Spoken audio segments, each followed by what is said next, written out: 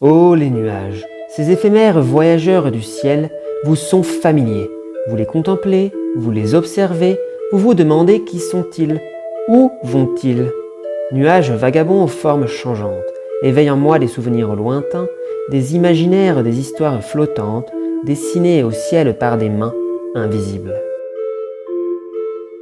Avant de plonger dans la nomenclature des nuages, rappelons l'atmosphère, étendue sur 190 000 km de hauteur, avec sa troposphère où se forment les nuages et où se joue le ballet des phénomènes météorologiques.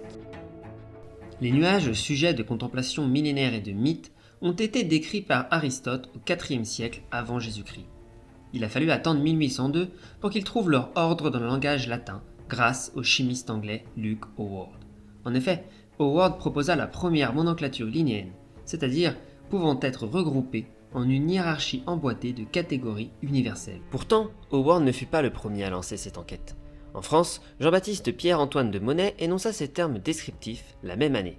Le travail de Howard a ensuite été élargi par d'autres météorologues et en 1896, l'Atlas international des nuages a été publié. Comment classe-t-on les nuages? Premièrement, la forme. Pour commencer, les cumulus, gris, clairs, de forme moutonnée et aux allures de coton ou bien de chou-fleur, qui sait. Ensuite, les stratus, habillés d'un gris clair à foncé et de forme aplatie et allongée. Enfin, les cirrus vêtus d'un manteau blanc cristallin et en forme de filament, linéaire ou courbé. Deuxièmement, l'altitude. Les trois formes de nuages vues précédemment se retrouvent dans tous les noms des 10 principaux nuages existants. En effet, tous les nuages auront alors soit le préfixe ou suffixe strat, pour stratus provenant du latin stenere, signifiant étendu, ou cumulu, signifiant amas en latin, ou cire provenant du latin cirrus, signifiant boucle de cheveux. Ces 10 principaux nuages sont rangés dans 3 tranches d'altitude.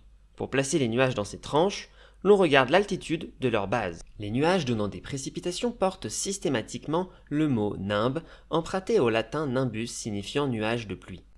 La première tranche, les nuages élevés, entre 12 000 et 7 000 mètres. La seconde tranche, les nuages moyens, entre 7 000 et 2 000 mètres. Et la dernière tranche, entre 2 000 et le sol. Nous verrons dans le détail les 10 principaux nuages présents dans ces tranches dans la prochaine vidéo.